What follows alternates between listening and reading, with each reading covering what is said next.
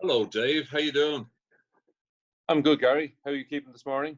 Oh, I'm in my a bar here in a scary on my own. Plenty of social distancing. I see yourself. You look like you're in Ireland anyway. What part of Ireland are you in? Well, I'm in Ireland. I'm in South Kilkenny, and would you believe it? If I forget about the chaos that's going on around me at the moment and look out the window, it's the most beautiful place it could be. I'm looking across into the Suir Valley. I see the River Suir ahead of me, looking over into Waterford City. To the right, I have the Cumber Mountains. I have Hook Head to my left, and the animals are grazing in the field. They have no worries or no issues, and it's just absolutely marvelous out there. Now, that's forgetting about everything else going out there. But Well, it's beautiful. it's a great way to start because I think that our brains are conditioned since we were living in caves to look at the negatives way more than the positives. And they're there. Both sides of the brain are there, but Mm. being able to recognize to start out that what's outside your window is a positive. Well, I suppose you have to, Gary, because there's so much stuff going on, and I suppose this is my first week working from home, and last week my first week working from home, which was quite difficult. So this week I'm kind of getting a bit used to this environment. I'd prefer to be out and about, meeting people and getting to see people and meet people face to face as opposed to this type of an environment. But I have to kind of pull myself back and say, look, this is fabulous looking out at that scenery and looking at nature and so on and so forth. That's important, right? But I, especially in these times. I heard a few little voices there a few moments ago, little ones. So I guess they're schooling from home as well.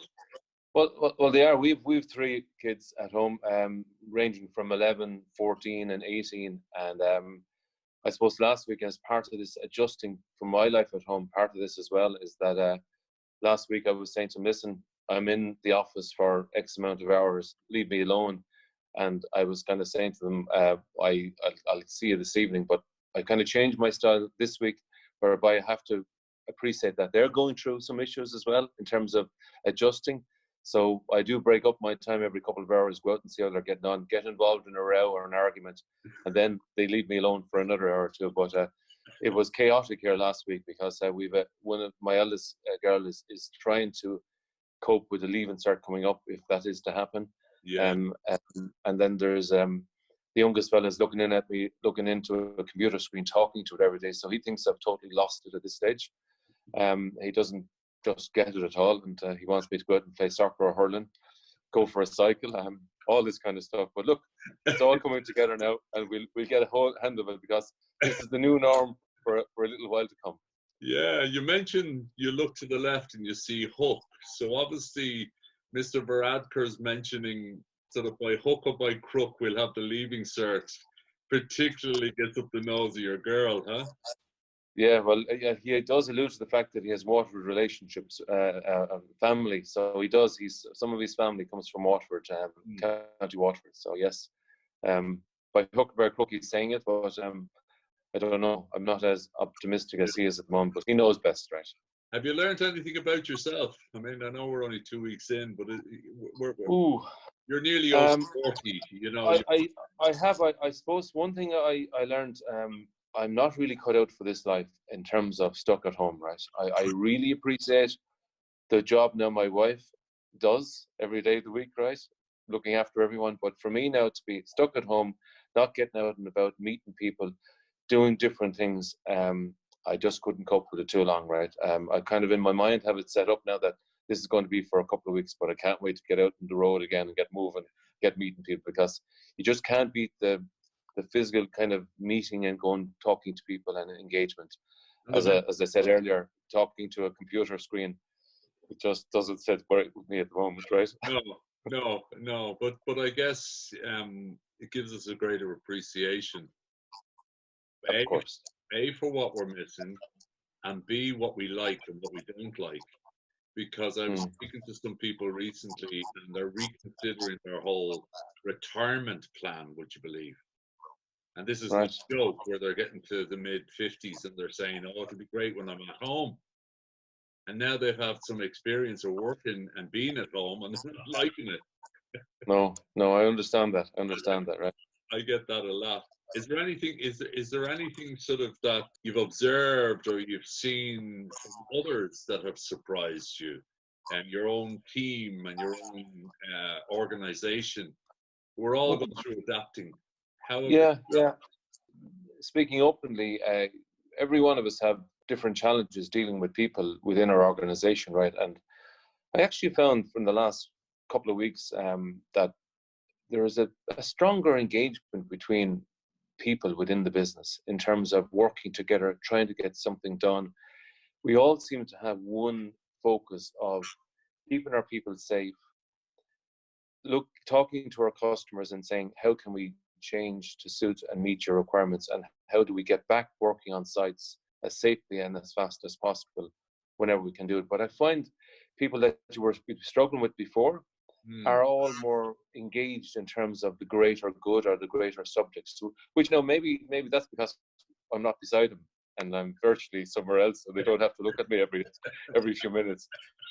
And they just tell me what I want to hear and we can go away. But maybe that's part of it. But I'm enjoying this change, right, of this togetherness as a business, which is great. And I think as a community, business community, and even now this week, we're starting to talk to customers in terms of what should we be doing now together before we actually get back onto our construction sites to be ready to hit the ground running.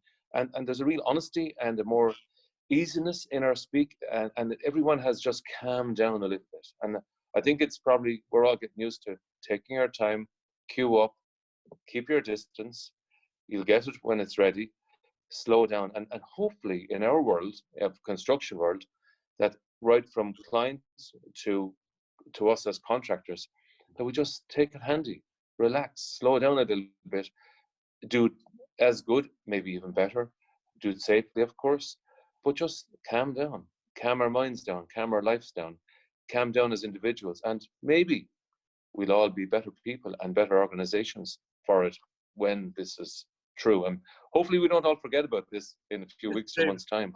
But I don't think we will.